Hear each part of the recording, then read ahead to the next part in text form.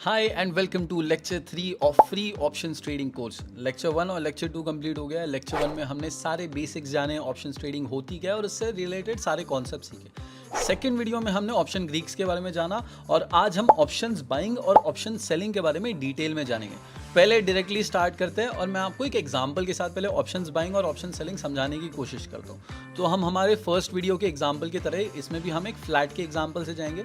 मानो आप एक पर्सन हो जिसको एक फ्लैट पसंद आया, एक फ्लैट है, कोई घर है, कुछ भी है, जिसकी आज कीमत 10 लाख रुपए और एक सेलर है। ऑब्वियसली आप अगर खरीदने वाले हो तो कोई ना कोई बेचने वाला भी रहेगा। अब इस केस में हम इसे अभी के लिए for our convenience will call it options buyer and option seller.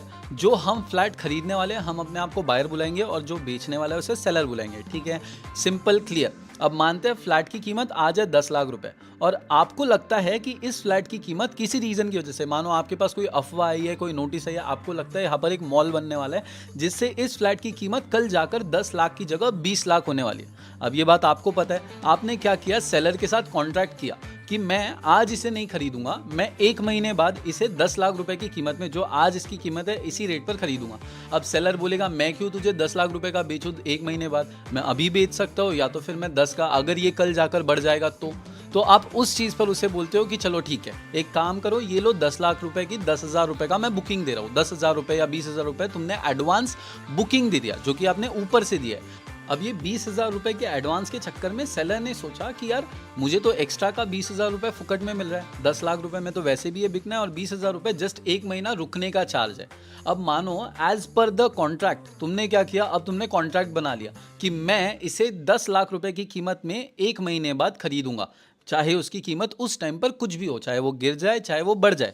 ठीक है, अब इस सिनेरियो में मानो आपका प्रेडिक्शन सही होता है, वहां पर एक मॉल बन जाता है और उस फ्लैट की कीमत बढ़कर 20 लाख हो जाती है, तो आपके पास एक राइट है, आपके पास हक है, ये चीज समझो। क्योंकि आपने उसे पैसा दिया है, उसने 10,000 रुपए आपसे लिया है इसी चीज का कि मैं इसे 10 लाख रुपए में बेचूंगा, आपने कॉन्ट्रैक्ट बना लिया। तो as per the contract option buyer के पास राइट होता है, एक हक होता है कि चाहे उसकी कल जाकर कीमत बढ़ जाए बट वो उसे 10 लाख रुपए में खरीद सकता है। आई होप ये कॉन्सेप्ट समझ आया होगा। अब इसका अपोजिट सिनेरियो मानते हैं। अब मानो उसकी प्राइस बढ़ने के बजाय घट गई, आपको लगा था मॉल आएगा, वहां पे कुछ फ्लाईओवर आ गया या कोई और चीज हो गई जिसकी वजह से ना उसकी कीमत गिर गई। अब 10 लाख रुपए का आपने कॉन्ट्रैक्ट बना के रखा है और आपने 20,000 रुपए का एडवांस दे रखा है। ठीक है, अब मानते हैं 1 महीने बाद उस फ्लैट की कीमत सिर्फ और सिर्फ 5 लाख रुपए होगी। अब मुझे बताओ कि एट द टाइम ऑफ 1 महीना खत्म होने के बाद ऑप्शंस बायर को नुकसान कितना होगा। मैं 3 सेकंड का टाइम दे रहा हूं, तुम लोगों को 3, 2, 1 कमेंट्स में आंसर बताना है। अगर तुमने बोला कि तुम्हें 5 लाख का नुकसान होने वाला है तो तुम गलत हो। तुमने यहाँ पर 20,000 रुपए दिए तो थे कि अगर ये फ्लैट की कीमत बढ़ती है या कुछ भी होता है, मेरे पास एक हक है कि मैं इसे 10 लाख रुपए में खरीद पाऊंगा। पर अगर वो 5 लाख से गिर जाता है तो तुम खरीदोगे ही नहीं ना। तुम क्या बोलोगे कि मेरा 20,000 रुपए का जो बुकिंग है या 20,000 रुपए का जो मैंने एडवांस दिया है वो लॉस हो गया और मैं इसे खरीदूंगा नहीं। तो ऑप्शंस बायर के पास एक राइट होता है कि वो चाहे तो खरीद सकता है और चाहे तो नहीं भी खरीद सकता है। अगर उसकी वैल्यू गिर जाए तो तुम क्यों खरीदोगे, तुम बोलोगे मेरा जो बुकिंग अमाउंट दिया है, जिसे हम प्रीमियम बुलाएंगे, जो कि स्टॉक मार्केट में प्रीमियम होता है, प्रीमियम का नुकसान होगा। बट वहीं पर अगर हम ऑप्शन सेलर की बात करें, अब देखो ऑप्शंस बायर के बारे में या फिर अभी फ्लैट बायर का जो है, आपको एक चीज समझ आ गई होगी। अगर उस फ्लैट की कीमत मानो 10 लाख से 50 लाख या 1 करोड़ भी हो जाती तो यहाँ पर प्रॉफिट देखो, प्रॉफिट अनलिमिटेड है। बट लॉस जो है, लॉस आपको 5 लाख का नहीं होना है, 10 लाख का नहीं होना, आपको लॉस उतना ही होना है जितना तुमने बुकिंग अमाउंट या फिर प्रीमियम दिया है। तो इसे कहते हैं limited loss in options buyer. अभी ये सारी चीजें मैं आगे स्टॉक मार्केट के एग्जांपल्स के साथ भी समझाऊंगा, अभी बस बने रहो। अब इसी का अपोजिट सिनेरियो अब हम मानते हैं ऑप्शन सेलर या फिर जो फ्लैट अभी बेच रहा है उसके सिनेरियो से। अब इसने जब बेचा तो आपको एक चीज समझना है कि अगर इस फ्लैट की कीमत 10 लाख से 1 करोड़ रुपए हो जाती है, पर क्योंकि उसने 10,000 रुपए एडवांस लिया है और कॉन्ट्रैक्ट बनाया है कि उसे ऑप्शंस बायर को या उस फ्लैट बायर को 10 लाख में बेचना पड़ेगा, तो कल जाकर उस फ्लैट की कीमत अगर 5 करोड़ भी हो जाती है तो ऑप्शन सेलर का या फिर वो फ्लैट के सेलर का 4 करोड़ से ज्यादा का नुकसान होगा। तो ऑप्शन सेलर जो होता है उसे ऑब्लिगेशन होता है क्योंकि उसने कॉन्ट्रैक्ट साइन किया और क्योंकि उसने वो 10,000 रुपए लिए हैं, तो अगर ऑप्शंस बायर बोलेगा कि मुझे खरीदना है तो ऑप्शन सेलर को बेचना ही पड़ेगा। तो ये चीज़ आपको समझना बहुत ज़्यादा ज़रूरी है। ऑप्शंस बायर के पास राइट होता है, राइट मतलब हक होता है कि वो चाहे तो खरीद सकता है, चाहे तो नहीं खरीद सकता है। अगर उसे मुनाफा होगा, प्रॉफिट होगा तो वो खरीदेगा। 10 लाख की चीज़ अगर 20 लाख की हो गई या 11 लाख की भी होगी, 10,50,000 की भी होगी, तो वो प्रॉफिट के लिए खरीद लेगा। बट अगर उसकी कीमत गिर जाती है तो वो बैकआउट कर सकता है कि मुझे नहीं खरीदना भाई करके। तो ऑप्शंस बायर के पास राइट होता है, हक होता है, बट ऑप्शन सेलर के ऊपर ऑब्लिगेशन होता है कि उसे बेचना ही पड़ेगा अगर ऑप्शंस बायर खरीदना चाहे तो। अगर ऑप्शंस बायर नहीं खरीदना चाहता है तो ऑब्वियसली सेल नहीं होगा। इसके साथ आपको ये भी चीज़ एक और समझी होगी कि ऑप्शन सेलर जो है यहाँ पर इसका जो लॉस है वो अनलिमिटेड जा सकता है, बट प्रॉफिट बताओ कितना होगा? प्रॉफिट सिर्फ और सिर्फ वो प्रीमियम का ही होगा। जो उसने 20,000 रुपए का टोकन लिया है, उसने प्रॉफिट रखा ही क्या था दिमाग में कि इसकी 10 लाख की कीमत है, मुझे 20,000 रुपए ऊपर से मिल रहा है। तो ऑप्शन सेलर का जो प्रॉफिट होता है वो सिर्फ और सिर्फ प्रीमियम के अमाउंट का। तो यहाँ पर जो फ्लैट सेलर है या ऑप्शन सेलर है उसका मैक्सिमम 20,000 रुपए का ही प्रॉफिट हो सकता है, नहीं होगा। आई होप ये पॉइंट समझ आ गया होगा। फिर इसके बाद अब हम बात करते हैं ऑप्शंस बाइंग और ऑप्शन सेलिंग। स्टॉक मार्केट के एग्जांपल में क्या होता है, मैं आपको प्रॉपर चार्ट्स ओपन करके स्टॉक मार्केट में सारी चीज़ें समझाऊंगा। अभी मैं आपको प्रॉफिटेबिलिटी रेशियो के बारे में भी बता देता हूँ। देखो, फर्स्ट ऑफ ऑल आपको बताता हूँ कि ऐसे इस सिनेरियो में आपको लग रहा है अनलिमिटेड प्रॉफिट अगर ऑप्शंस बाइंग में है तो लोग ऑप्शंस बाइंग ही करेंगे, बट अनलिमिटेड लॉस अगर ऑप्शन सेलिंग में तो लोग ऑप्शन सेलिंग तो करते ही नहीं होंगे। बट ऐसा नहीं होता है। देखो, मार्केट में, स्टॉक मार्केट में जो प्रोबेबिलिटी है एक ऑप्शंस बायर के सक्सेसफुल होने की वो होती है 33%, और ऑप्शन सेलर के सक्सेसफुल होने की वो जो प्रोबेबिलिटी होती है, परसेंटेज होता है, वो होता है 67%। अब ऐसा क्यों, मैं समझाता हूँ। एज एन ऑप्शन सेलर तुम्हें ये प्रिडिक्ट नहीं करना है कि मार्केट किधर जाएगा, तुम्हें बस ये प्रिडिक्ट करना है कि मार्केट किधर नहीं जाएगा। एज एन ऑप्शंस बायर एक एग्जांपल देता हूँ, एक XYZ शेयर है जो आज 100 रुपए का चल रहा है। आपको लगता है कि उसकी प्राइस बढ़ने वाली है और 150 रुपए के ऊपर जाने वाली है, तो आपको as an options buyer, as a call buyer, आपको प्रॉफिट तभी होगा जब वो 150 रुपए के ऊपर जाएगी। करेक्ट। ऑप्शंस बायर के पास जब उसको लग रहा है मार्केट ऊपर जाना है, उसने कॉल ऑप्शन परचेज किया, मानो 100 रुपए का उसने 100 रुपए के स्ट्राइक प्राइस पर कॉल ऑप्शन परचेज किया, 20 रुपए का प्रीमियम दिया, जो भी दिया, ठीक है, XYZ एग्जाम्पल, उसे प्रॉफिट तभी मिलेगा जब मार्केट ऊपर जाएगा। But as an option seller, market अगर जगह पे रहता है तो भी आपको प्रॉफिट होगा, क्योंकि अगर वो जगह पे रहता है, प्राइस नहीं बढ़ती है, जो ऑप्शंस बायर जिस प्राइस के ऊपर उसे चाहता है, अगर वो नहीं जाता है तो भी प्रॉफिट होगा, और अगर मार्केट में उसकी प्राइस गिरती है तो भी प्रॉफिट होगा। तो एक चीज समझो, ऑप्शंस बायर जो होगा उसका अगर प्रेडिक्शन सही होगा तो ही प्रॉफिट होगा। मतलब अगर ऑप्शंस बायर चाहता है मार्केट ऊपर जाए तो मार्केट ऊपर जाएगा तभी प्रॉफिट होगा। बट ऑप्शन सेलर को क्या लगता है, मार्केट ऊपर नहीं जाने वाला है, तो मार्केट चाहे जगह पे रुके या फिर मार्केट नीचे गिर जाए तो भी ऑप्शन सेलर को प्रॉफिट होगा। और ऑप्शन सेलर को ज्यादा प्रॉफिट होने का रीजन क्या होता है मैं बताता हूँ, कि ऑप्शन सेलर जो है ना लेवल्स लेकर चलते हैं, और साथ ही साथ ऑप्शन सेलर्स जो होते हैं यूजुअली उन्हें जो कैपिटल लगता है वो काफी ज्यादा होता है। ऑप्शंस बाइंग जो है आप बहुत छोटे कैपिटल से भी कर सकते हो, मैं और आप, हम जैसे रिटेल ट्रेडर्स कर सकते हैं आराम से, क्योंकि ये स्टार्ट 5-7 हज़ार रुपए से भी आप कर सकते हो। बट ऑप्शन सेलिंग के लिए आपको मिनिमम 1 लाख रुपए का कैपिटल लगता है, कोई भी स्टॉक या कोई भी इंडेक्स अगर आपको ऑप्शन सेलिंग करनी है तो। आपको ये चीज समझना जरूरी है कि ऑप्शन सेलिंग जो है भले ही हम कर सकते हैं, 1 लाख रुपए बहुत से लोग लगा सकते हैं, बहुत से लोग करोड़ों भी लगा सकते हैं, बट ऑप्शन सेलिंग ऐसा माना जाता है कि मैक्सिमम इंस्टीट्यूशंस करते हैं, बिग इंस्टीट्यूशंस जो बहुत सारा फंड्स मैनेज कर रहे हैं, या म्यूचुअल फंड्स या फंड मैनेजमेंट एजेंसीज या बैंक्स, ये जो है ना ये यूजुअली ऑप्शन सेलिंग करते हैं। अब ये क्यों, देखो एक एग्जांपल लेते हैं। एक शेयर है जिसकी प्राइस है 100 रुपए, ठीक है, अभी 100 रुपए। अब ऑप्शंस बायर को लगता है कि इसकी प्राइस 150 रुपए के ऊपर जानी है, तो उसने 100 रुपए और प्रीमियम देकर मानो उसको 150 रुपए में वो मिलने वाला है। तो 150 रुपए जो है, अगर हम बात करें ऑप्शन सेलर के पर्सपेक्टिव से, तो ऑप्शन सेलर को क्या लगता है, मार्केट को ना 150 के नीचे रहना है। मार्केट चाहे 120 जाए, 130 जाए, मार्केट 150 के ऊपर नहीं जाने वाला। तो अगर मार्केट यहाँ से 100 से नीचे भी गिरता है तो भी ऑप्शन सेलर को प्रॉफिट है। अगर मार्केट 100 से आसपास ही घूमता है, 100, 110, 90, 110, तो भी ऑप्शन सेलर को प्रॉफिट है। और क्योंकि ऑप्शन सेलर ने बोला कि मार्केट को 150 के ऊपर तो नहीं जाने वाला, एज एन ऑप्शन सेलर आपको सिर्फ मार्केट में ये बताना होता है। जैसे कि अगर हम एग्जाम्पल में जाए, अगर ज़्यादा कॉम्प्लिकेट हो रहा है, वापस हम एग्जाम्पल में चलते हैं, फ्लैट के एग्जाम्पल में। अब यहाँ पर मानो as an option seller, as उस फ्लैट के बेचने वाले आप हो। अब जो आप फ्लैट को बेचने वाले हो, आपको पता है वहां पर कोई मॉल नहीं आने वाला है, आपको पता है वहां पर कुछ नहीं होने वाला है। अगर उसकी प्राइस सेम रहती है तो भी आपको प्रॉफिट होना है, और अगर उसकी प्राइस में गिराव आता है क्योंकि वहां से कोई फ्लाईओवर आ गया या किसी भी रीजन की वजह से उसकी प्राइस गिर गई, तो भी आपको प्रॉफिट होना है। आपको नुकसान सिर्फ एक कंडीशन में होता है, अगर वहां पर कोई मॉल आता है या कोई प्राइस हाइक आता है, तो यहाँ पर आपके 2 सिनेरियोज में प्रॉफिट होता है, एक सिनेरियो में लॉस होता है। बट अब तुम्हें ऑप्शन सेलिंग बहुत ज़्यादा अच्छा लग रहा होगा, बट कुछ ही देर बाद हो सकता है ये व्यूज़ भी चेंज हो जाए।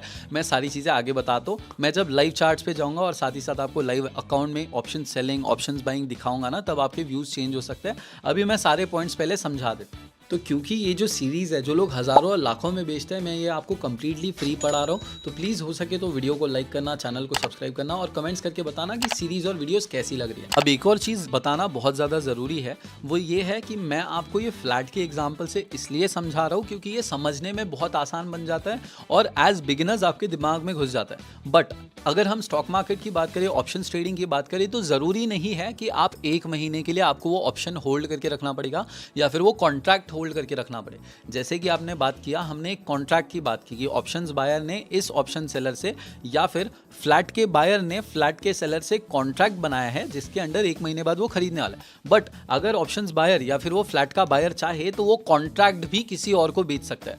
वो अगर स्टॉक मार्केट की बात करें तो अगर आपने कोई ऑप्शंस कॉन्ट्रैक्ट खरीदा है तो उसके 5 मिनट बाद भी आप किसी और को वो ऑप्शंस कॉन्ट्रैक्ट बेच सकते हो। जरूरी नहीं है कि एक्सपायरी तक आपको होल्ड करना पड़े।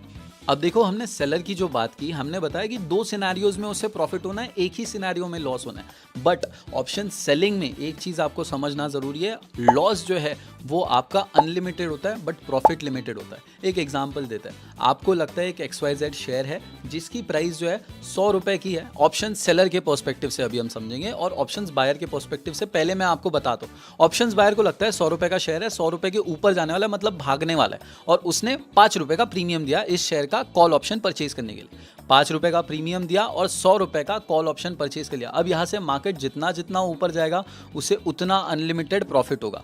बट ऑप्शन सेलर जो है, ऑप्शन सेलर को सिर्फ और सिर्फ वो 5 रुपए जो प्रीमियम उसने लिया है उतना ही प्रॉफिट हो सकता है। वापस जाओ फ्लैट के एग्जाम्पल के, फ्लैट के एग्जाम्पल में कैसा था, अगर वो फ्लैट की कीमत, फ्लैट और यहाँ पर शेयर या फिर ऑप्शन कॉन्ट्रैक्ट सेम तरीके से जाता है, तो फ्लैट की प्राइस जैसे कि 10 लाख से 5 करोड़ भी हो सकती है, 2 करोड़ भी हो सकती है, होने के लिए 20 लाख भी हो सकती है, 0 भी हो सकती है। बट अगर वो 10 लाख से 20 लाख का हो जाता है, वैसे ही यहाँ पर ऑप्शंस कॉन्ट्रैक्ट अगर 100 रुपए से 200 रुपए का हो जाता है तो ऑप्शन सेलर का 100 रुपए का नुकसान होगा। बट अगर उसका ऑप्शंस गिर भी जाता है या प्राइस गिर भी जाती है तो मैक्सिमम प्रॉफिट जो सेलर को होता है वो सिर्फ और सिर्फ प्रीमियम का प्रॉफिट होता है। तो आपको एक ऐसे, आप अगर नोट्स ले रहे हो तो आपको क्या करना है, बीच में ऐसा डिवीजन बनाना है, ऑप्शंस बायर, ऑप्शन सेलर, ऐसा लिखना है। अब मैं 2-3 पॉइंट्स बताते जाता हूँ, मैंने ऑलरेडी समझा दिया तो मैं ज़्यादा समझाऊंगा नहीं। ऑप्शंस बायर की अगर बात करें तो ऑप्शंस बायर का जो लॉस होता है वो ज़्यादा से ज़्यादा उसका प्रीमियम का लॉस हो सकता है। अगर हम फ्लैट के एग्जाम्पल पर फिर से जाए तो वहाँ पर जो आपको प्रॉफिट था वो तो अनलिमिटेड था, बट आपका लॉस सिर्फ और सिर्फ जो आपने 20,000 रुपए का टोकन दिया है वही लॉस हो सकता है। वैसे ही ऑप्शंस बायर को आपको लिखना है सिर्फ प्रीमियम का लिमिटेड लॉस होता है। बट अगर प्रॉफिट की बात करें तो प्रॉफिट अनलिमिटेड हो सकता है। वैसे ही ऑप्शन सेलर में आपका लॉस जो है वो अनलिमिटेड हो सकता है और प्रॉफिट जो है वो सिर्फ और सिर्फ प्रीमियम जितना होगा। और कंपैरेटिवली ऑप्शन सेलिंग में आपको कैपिटल कई ज़्यादा लगता है। अगर ऑप्शन ट्रेडिंग आप 5 या 7 हज़ार रुपए से कर सकते हो तो ऑप्शन सेलिंग करने के लिए कम से कम आपको 1 लाख रुपए लगेगा इवन स्टार्ट करने के लिए। इसीलिए ऑप्शन सेलिंग ज़्यादातर इंस्टीट्यूशंस करते हैं। मैंने बात किया था ना, बिग इंस्टीट्यूशंस करते हैं, बैंक्स करते हैं, हेज फंड्स करते हैं। अब वो क्यों करते हैं? क्योंकि यहाँ पे प्रॉफिट तो इतना छोटा है, फिर ये बड़े इंस्टीट्यूशंस इसमें क्यों करते हैं? क्योंकि बड़े इंस्टीट्यूशंस के पास डेटा होता है, उनके पास स्टाफ होता है, उनके पास प्रोफेशनल टीम होती है, उनके पास मार्केट के बारे में कई सारी चीज़ें होती है और ऐसा माना जाता है कि मार्केट के बारे में उनको बहुत ज़्यादा तगड़ी इन्फॉर्मेशन है। तो जब उन्हें पता है कि मार्केट यहाँ से ऐसा होने वाला है या फिर उनका एनालिसिस उतना ज़्यादा स्ट्रॉन्ग है तो उनको वहाँ पर 67% प्रोबेबिलिटी ज़्यादा प्रॉफिटेबल होती है। भले उनको प्रॉफिट छोटा हो बट वो छोटा छोटा करके बड़ा हो जाता है। ऑप्शन सेलर होने का एक और फायदा होता है जो कि होता है थीटा। हमने थीटा हमारे पिछले लेक्चर में सीखा था which was option trading lecture 2, जिसका नाम था ऑप्शन ग्रीक्स के ऊपर। अगर आपने अभी तक नहीं देखा है तो आई बटन पर आ जाएगा। अगर आपने फर्स्ट वीडियो भी नहीं देखी है तो आई बटन पर जाइए, आपको ऑप्शन ट्रेडिंग प्लेलिस्ट मिल जाएगी, उसके अंदर सारी वीडियोस मिल जाएगी। तो ऑप्शन ट्रेडिंग में हमने थीटा के बारे में जाना था। Theta means time DK. अब देखो, चलो थीटा डीके या टाइम को हम एक एग्जाम्पल के साथ समझते हैं। चलो मानते हैं बैंक निफ्टी है जिसकी आज कीमत है 20,000 रुपये। अभी जो भी उसकी चल रही होगी हम अभी 20,000 रुपये मानते हैं। तो 20,000 रुपये की उसकी आज की कीमत है और आपने उसे खरीदने के लिए आपने एक कॉल ऑप्शन बाय किया है जो कि आपने 100 रुपये देकर बाय किया। मानो आपको लगता है कि इसका प्राइस जो है अगले हफ्ते तक 21,000 के ऊपर जाएगा। अभी उसका प्राइस 20,000 है, आपको लगता है 21,000 के ऊपर जाएगा, मतलब आपको लग रहा है मार्केट ऊपर जाएगा, मतलब आप एक कॉल ऑप्शन बायर हो गए। तो आपने कॉल ऑप्शन बाय किया है। अब मानो एक एक दिन करके कम होते जा रहा है और आपका जो प्राइस है वो 20,000 पर ही रुका हुआ है, राइट? 20,000 से ऊपर नहीं गया, 20,000 पर ही रुका हुआ है। तो आपको नुकसान होना चालू हो जाएगा। भले ही उसकी कीमत 20,000 रुपये, पर क्योंकि धीरे धीरे एक्सपायरी पास आ रही है और टाइम कम हो रहा है जिसके अंदर वो प्राइस ऊपर नहीं जा रही है, तो ऑप्शंस की कीमत कम हो जाती है। अब ये जो होता है ना, आप ऑप्शंस कॉन्ट्रैक्ट जो है किसी और को भी बेच सकते हो, बट वो कोई और भी इसे सेम प्राइस पर नहीं खरीदेगा, वो कम प्राइस पे खरीदेगा। अगर आपने 100 रुपये की प्रीमियम पर वो कॉन्ट्रैक्ट खरीदा था और मानो 7 दिन बाकी थे, तब जब 20,000 रुपये से 21,000, आपको लगता था 21,000 रुपये के ऊपर जाएगी। अब मानो 4 दिन हो गए, अभी सिर्फ 3 दिन बचे और आज भी उसकी प्राइस जो है 20,000 रुपीज़ ही है। तो जब 20,000 रुपीज़ आज भी प्राइस है, तो अभी सिर्फ और सिर्फ 3 दिन बचे हैं जिसमें मार्केट के पास ऊपर जाने का पोटेंशियल है। तो कोई और उसे अगर खरीदेगा तो वो 100 रुपये पर क्यों खरीदेगा? वो बोलेगा मार्केट 3 दिन में जाना बहुत ज़्यादा मुश्किल है, तो वो आपसे 40 रुपये में मांगेगा, 30 या 40 रुपये में मांगेगा कि चलो 30 रुपये का मैं रिस्क लेता हूँ, अगर मार्केट ऊपर जाएगा तो बढ़िया प्रॉफिट होगा, नहीं जाएगा तो मेरा 30 रुपये का नुकसान होगा। बट आपने 7 दिन पहले लिया था, इसलिए आपने 100 रुपये का लिया था।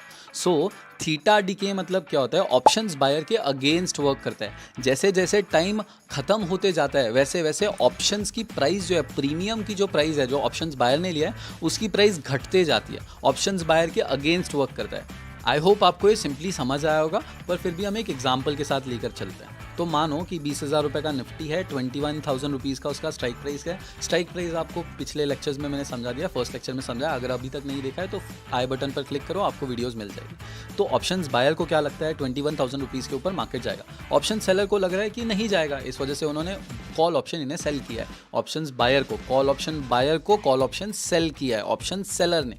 अब क्या होता है, मार्केट एक एक दिन ये जो है ना 20,000 रुपये पे ही फंसा है। तो जब 20,000 रुपये पे फंसा है तो 100 रुपये का मानो प्रीमियम बायर ने दिया था, 100 रुपये का प्रीमियम बायर ने दिया था, उसकी कीमत धीरे धीरे गिरते जाएगी, क्योंकि 100 रुपीज़ का था वो 90 होगा, 80 होगा। ये हमने थीटा के बारे में पिछले लेक्चर में सीखा था जो कि हमारा ऑप्शंस ग्रीक था। तो 100 रुपीज़ से मानो पहले दिन वो 90 गिर गया, 20,000 का 20,000 ही प्राइस रहा, वो बढ़ ही नहीं रहा है। फिर उसके बाद वो 90 रुपीज़ से 70 रुपीज़ का हुआ, एक और दिन बीत गया क्योंकि प्राइस नहीं बढ़ा। तो ये जो 10 रुपीज़ 20 रुपीज़ जो है ना, ये ऑप्शन सेलर के फेवर में जाता है। यहाँ से जो कम होते जा रहा है, क्योंकि ऑप्शंस बायर के लिए तो नुकसान है ना, अगर मार्केट में टाइम बीत रहा है पर प्राइस ऊपर नहीं जा रही है तो ये ऑप्शंस बायर का नुकसान हो गया, कॉल ऑप्शन बायर का नुकसान हो गया। बट वहीं पर वो ऑप्शन सेलर के फेवर में काम करता है, क्योंकि ये जो 10, 20, 30 रुपए जो नुकसान होते जा रहा है ऑप्शंस बायर को, कॉल ऑप्शन बायर को, ये कॉल ऑप्शन सेलर की जेब में जाता है। आई होप अब समझ आया। तो 100 रुपये का जो प्रीमियम कॉल ऑप्शन बायर ने दिया था, 20,000 रुपये का जो आज निफ्टी चल रहा है, आपको लग रहा था 21,000 के ऊपर जाएगा और आपने 21,000 की ऐसा मानो बेट लगाया कि मुझे लगता है 21,000 रुपये के ऊपर जा रहे हैं। तो 100 रुपये जो है ना वो एक एक दिन करके कम होता जाएगा, क्योंकि प्राइस अभी वहीं पर रुकी हुई है। तो 20,000 से वो ना 20,500 गया, ना 20,200 गया, और अगर गलती से वो 19,000 चला जाता है तो और प्रॉफिट होगा ऑप्शन सेलर को और इसे और भी ज़्यादा नुकसान होगा। बट मानते हैं कि वो 20,000 पे ही फंसा हुआ है, तो 20,000 पर जो वो फंसा हुआ है, तो एक एक दिन बीतते जैसे ही जा रहा है तो कॉल ऑप्शन बायर की प्राइस जो है प्रीमियम की कम होते जाती है और ऑप्शन सेलर को प्रॉफिट होते जाता है। ऑप्शन सेलर को यहाँ पे 2 तरीके से प्रॉफिट होगा, अगर वो 20,000 का 20,000 पे रहे या 20,000 से नीचे भी गिर जाए तो भी ऑप्शन सेलर को प्रॉफिट। अब दोनों के जो डिफरेंसेस है एक बार मैं अपने ट्रेडिंग अकाउंट में भी आपको ओपन करके बता देता हूँ कि कॉल ऑप्शन बायर कॉल कैसे परचेज कर सकता है, कॉल ऑप्शन सेलर कैसे सेल कर सकता है, कितना आपको प्रीमियम देना होता है, लॉट क्या होता है, सारी चीज़ें अभी मैं स्क्रीन पर आता हूँ फिर आपको दिखाता हूँ। बाय द वे, अगर आपको वीडियो पसंद आ रही हो तो प्लीज़ लाइक और सब्सक्राइब कर देना, क्योंकि ये चीज़ें हज़ारों और लाखों में बिकती हैं, मैं कंप्लीटली आपके लिए फ्री ला रहा हूँ। चलो let's go back to the video. अब देखो, जैसे कि मैं बताता हूँ, इस चैनल का यूएसपी है कि मैं हर एक चीज़ करके बताता हूँ। आज है 17 अगस्त और अभी हम एचडीएफसी का प्राइस चेक करेंगे, एचडीएफसी बैंक का, जिसका करंट प्राइस अभी चल रहा है 1632 के आसपास, मतलब 1630 के आसपास, 1630 के आसपास। अभी हम इसका 1650 का सीई देखेंगे, मतलब कॉल ऑप्शन देखेंगे। अब इससे हमें पता चल जाएगा option buying and option selling में कितना डिफरेंस होता है प्रीमियम का। अब देखो, यहाँ पे 1 लॉट सिलेक्टेड है। एक लॉट में आपको मिनिमम 550 क्वांटिटी बाय करनी पड़ेगी अगर आपको एचडीएफसी का लॉट खरीदना होता है तो। यहाँ पर नीचे देखो 5800 रुपीज का आपको ये पड़ रहा है, मतलब आपको एक लॉट खरीदने के लिए 5800 रुपए लग रहा है ऑप्शंस बाइंग में। अब हम ऑप्शन सेलिंग को देखने जाएंगे तो वो कंपैरेटिवली बहुत एक्सपेंसिव रहेगा। अब देखो, मैं सेल बटन पर क्लिक करो।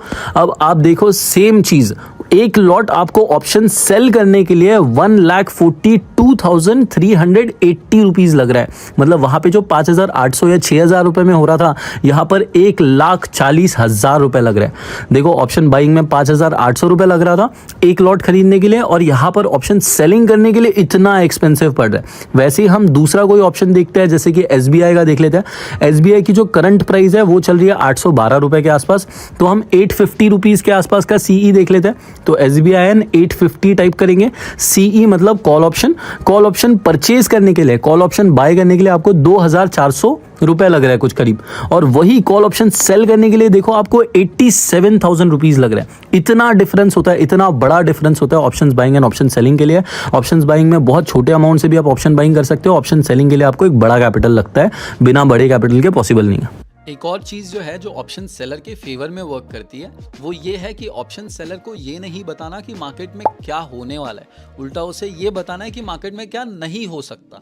एक एग्जांपल देता हूँ, कोई चीज़ की कीमत अगर आज 100 रुपये चल रही है, ऑप्शन सेलर को ना ऐसा लगता है कि मार्केट जो है 100 रुपये से 120 जा सकता है, 80 जा सकता है, कुछ भी जा सकता है, बट ऑप्शन सेलर को लगता है कि वो 150 के ऊपर तो नहीं जा सकता, ऐसा ऑप्शन सेलर को लगता है। तो यहाँ पर देखो, ऑप्शन सेलर को क्या बताना है कि मार्केट भले ऊपर नीचे जाए वो इसके ऊपर नहीं जाएगा, बट ऑप्शन बायर को एग्जैक्टली बताना है कि मार्केट कहाँ से कितना ऊपर जाएगा या कहाँ से कितना नीचे जाएगा।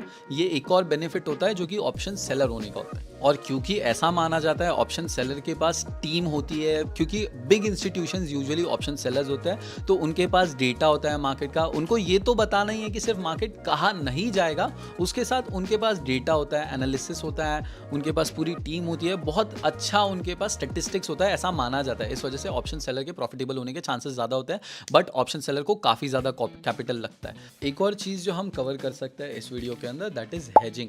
देखो यार, आपको एक चीज़ मैं बता देता हूँ कि बहुत से लोग ऑप्शन ट्रेडिंग करना पसंद नहीं करते हैं, बट ऑप्शन ट्रेडिंग को आप बहुत ही फ़ायदेमंद तरीके से और किफ़ायती तरीके से यूज़ कर सकते हो अपने ट्रेडिंग करियर में या ट्रेडिंग जर्नी में। देखो, अगर आप सिर्फ इक्विटी ट्रेड करते हो, मानो आपके पास HDFC के 1000 शेयर्स है, जो भी उसकी प्राइस पर होंगे, आज जो है आपको लगता है HDFC का प्राइस गिरने वाला है और आपको वो शेयर्स बेचने नहीं है, तो आप वहाँ पर क्या कर सकते हो, आप वहाँ पर एक पुट ऑप्शन खरीद सकते हो, पुट ऑप्शन बाय कर सकते हो। एक चीज़ ध्यान रखना, पुट ऑप्शन बाय कर सकते हो। अब पुट ऑप्शन मानो आपने 10 रुपये का प्रीमियम दिया और आपने 550 या कोई भी एक लॉट साइज कंप्लीट किया, परचेज किया, ठीक है, तो आपको जो नुकसान होगा वो ज़्यादा से ज़्यादा वो 10 रुपये का होगा जो आपने प्रीमियम दिया है पुट ऑप्शन परचेज करने के लिए। बट अगर आपका एनालिसिस सही होता है और वो प्राइस एक्चुअली गिरती है तो आप अपना एक बहुत बड़ा नुकसान बचा सकते हो, क्योंकि पुट ऑप्शन या कॉल ऑप्शन जब भी आप ऑप्शन बाइंग करते हो और आपका एनालिसिस सही होता है तो आपका प्रॉफिट अनलिमिटेड भी हो सकता है। तो अगर उसकी प्राइस एक्चुअली गिरती है तो आपका जो स्टॉक में यानी 1000 क्वांटिटी आपके पास जो थी, मानो एक एग्जांपल लेते हैं, वो उसकी अभी भी कोई भी प्राइस चल रही होगी, अभी हम सिंप्लीफिकेशन के लिए मानो उसकी 1000 रुपए की आज प्राइस है और आपके पास 100 शेयर्स है, तो 100 शेयर्स इंटू 1000 मतलब आपके पास 1 लाख रुपए के HDFC के शेयर्स है। अगर उसकी कीमत गिर जाती है 1 लाख रुपए से, मानो आपका 20% का भी प्राइस गिर जाता है, उतना तो गिरता नहीं है, चलो 5% मानते, तो 5% का अगर प्राइस गिरता है 1 लाख रुपए से, वो 5% गिरेगा मतलब 95,000 रुपीज़ पर आ जाएगा। बट वहीं पर आपने जो पुट ऑप्शन खरीदा है ना, वो पुट ऑप्शन आपको उससे ज़्यादा भी प्रॉफिट बनाकर दे सकता है या फिर करीब करीब उतना प्रॉफिट बना के दे देगा जिससे आपका जो लॉस है वो रिकवर हो जाएगा। बट अगर वो प्राइस नहीं गिरती है, मानो आपकी जो एनालिसिस था कि HDFC गिरने वाला है वो गलत हो जाता है और HDFC बैंक ऊपर चला जाता है, 1000 की जगह 1500 हो जाए, 2000 हो जाए, कुछ भी हो जाए, पहले तो आपको प्रॉफिट हो गया आपके स्टॉक्स में और आपका जो नुकसान होगा वो ज़्यादा से ज़्यादा जो आपने पुट ऑप्शन परचेज करने के लिए प्रीमियम पे किया है उतना ही होगा। अब आपने प्रीमियम कितना लगता है बाइंग में, ऑप्शन बाइंग में, चाहे वो कॉल ऑप्शन हो चाहे वो पुट ऑप्शन हो, वो तो देख ही लिया। उसके साथ ऑप्शन सेलिंग में जो प्रीमियम लगता है वो भी आपने देख लिया। आई होप वीडियो में बहुत सारी चीज़ें आपको समझ आई होगी। बट देखो, ऑप्शन सेलिंग में बहुत से लोग इंटरेस्टेड हो जाते हैं।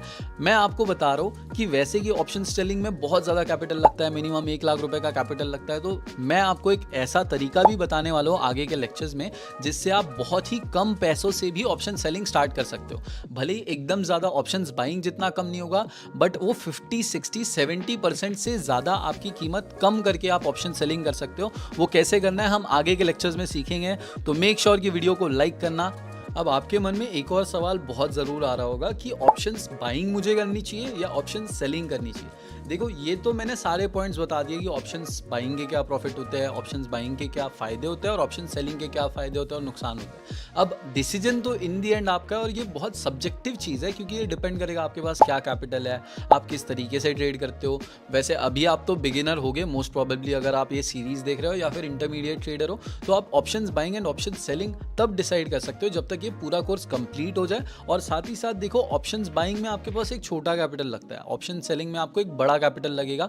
ये सारी चीज़ों के आपको ऊपर डिसाइड करना है कि आपको ऑप्शंस बाइंग करनी है, सेलिंग करनी है। और एक चीज़ आप कर सकते हो जो कि मैं सजेस्ट करता हूँ कि आप ऑप्शंस बाइंग और ऑप्शन सेलिंग को दोनों को साथ में कर सकते हो, मिक्सअप करके अपनी ट्रेडिंग स्ट्रैटेजीज बना के, एक सही प्लान और फ्रेमवर्क बना के। ये भी सारी चीज़ें हम आगे सीखते जाएंगे।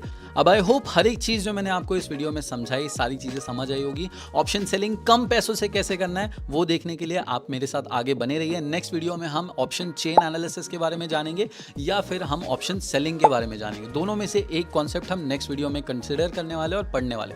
Thank you so much. Please video को लाइक कर देना, कमेंट कर देना और चैनल को सब्सक्राइब करना भूलना मत। एक चीज़ ध्यान रखना यार, तुम्हारा भाई ये कोशिश करेगा या ये ज़रूर हासिल करके रहेगा कि तुम लोगों को ऑप्शन ट्रेडिंग के बारे में बेसिक से एडवांस पूरी नॉलेज हो। ये तो मैं फ्री में तुम्हें पढ़ाने का वादा देता हूँ, इसके बदले कुछ भी नहीं, भाई को बस सपोर्ट करते रहो। Thank you so much.